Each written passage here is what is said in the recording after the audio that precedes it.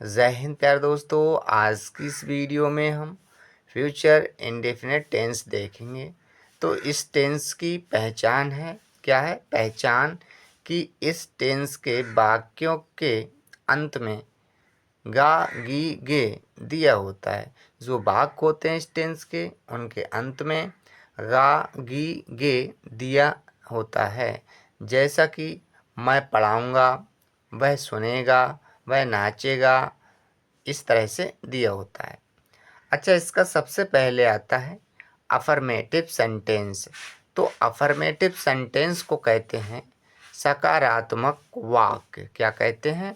सकारात्मक वाक्य। तो इसका स्ट्रक्चर है प्यारे दोस्तों, सब्जेक्ट प्लस विल या शैल plus verb first plus object. अच्छा जी, विल या शैल का प्रयोग कब करते हैं? तो आई और वी के साथ, किसके? आई और वी के साथ हम शैल का प्रयोग करते हैं। किसका? शैल का। अन्य सभी कर्ताओं के साथ, जो अन्य कर्ता होते हैं जैसे कि यू है, ही है, सी है, इट है या फिर किसी व्यक्ति का नाम है, के साथ विल का प्रयोग करते हैं। किसका प्रयोग करते हैं? विल का प्रयोग करते हैं। अच्छा जी, देखते हैं। जैसा कि यहाँ पर दिया है, राम स्कूल जाएगा। क्या? राम स्कूल जाएगा। इस वाक्य के अंत में गा है। क्या है? गा। तो इससे हमें पता चलता है कि जो यह वाक्य है वह फ्यूचर इंडेफिनिट टेंस का है। तो हम यहाँ पर लिखा है हमने, Ram will go to school. Ram will go to school. Ram school जाएगा। नेक्स्ट, मैं पत्र लिखूँगा। क्या? मैं पत्र लिखूँगा। I shall write a letter. I shall write a letter. यहाँ पर नेगेटिव सेंटेंस। क्या है? Negative sentence. नेगेटिव सेंटेंस को कहते हैं नकारात्मक वाक्य। क्या कहते हैं? नकारात्मक वाक्य। इसका जो स्ट्रक्चर होता है वह सब्जेक्ट प्लस विल या शैल होता है plus not plus verb first plus object. यहाँ पर विल या शैल के बाद नॉट का प्रयोग किया जाता है। जैसे कि मैं पत्र नहीं लिखूँगा, तो I shall not write a letter. मैं पत्र नहीं लिखूँगा। अब यहाँ पर जो नहीं है, इससे हमें पता चलता है कि यह जो वाक्य है वह नेगेटिव सेंटेंस है। तो I shall not write a letter. Next sentence हमने यहाँ पर लिख रखा है, इसे सॉल्व नहीं किया, इसे अब हम सॉल्व करेंगे। वे यहाँ नहीं आएंगे। तो प्यारे दोस्त, दे के लिए तो होता है दे। क्या होता है? दे। हमने यहाँ पर दे लिखा। अब दे के साथ हम विल का प्रयोग करेंगे। किसका? विल। हमने यहाँ पर विल रखा। नहीं है तो हम नॉट लेंगे। क्या? नॉट। अब आएंगे तो कम, COME,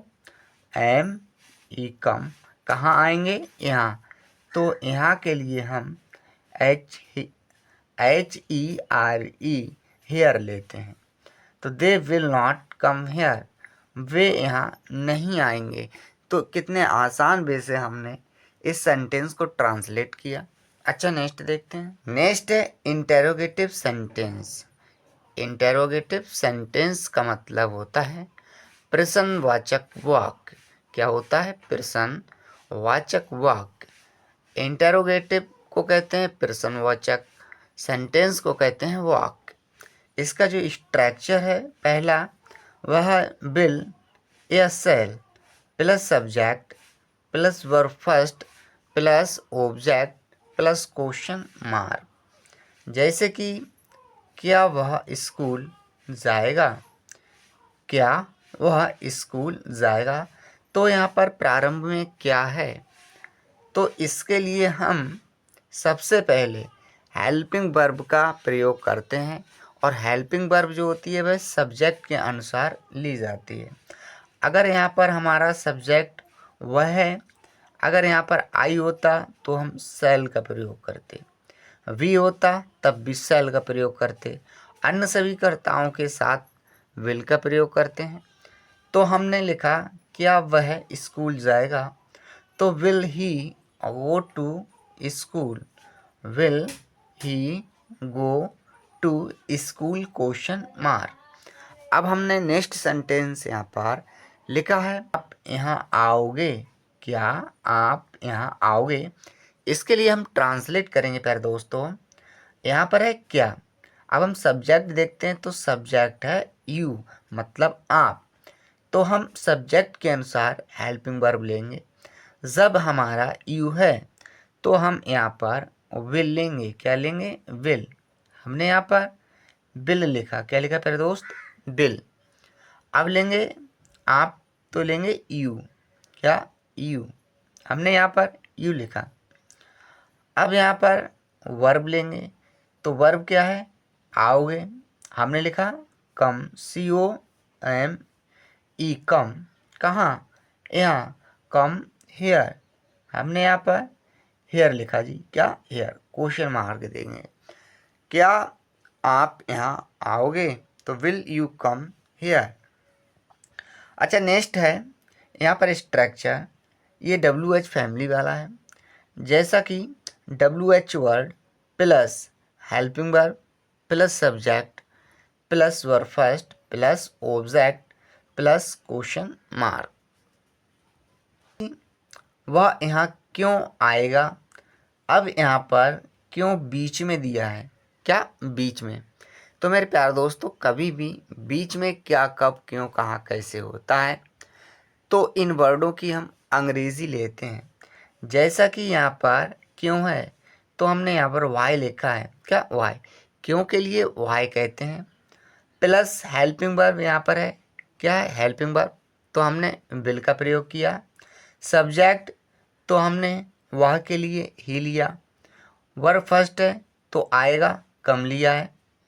कहाँ, यहाँ हमने हेयर लिया है। लास्ट में ऑब्जेक्ट है, फिर क्वेश्चन मार्क है, तो why will he come here, question mark. इस प्रकार से हमने इसे ट्रांसलेट किया, वह यहाँ क्यों आएगा। नेक्स्ट है वह कहाँ जाएगा, तो यहाँ पर कहाँ बीच में है, तो हमें लेना है वेयर, तो WHERE, इसे कहते हैं वेयर। वेयर का मतलब कहाँ। अब सब्जेक्ट के अनुसार बिल या शैल लेते हैं, तो सब्जेक्ट हमारा वह, हम लेंगे बिल, क्या लेंगे, बिल। हमने यहाँ पर बिल लिया जी, क्या लिखा, बिल। अब हमें लेना है सब्जेक्ट, तो ही, क्या, ही। जाएगा, go, where will he go, where will he go. तो इस प्रकार से हमने फ्यूचर इंडेफिनिट टेंस को अच्छे से समझा, लिखा। आशा करते हैं वीडियो अच्छी लगी होगी। वीडियो देखने के लिए धन्यवाद।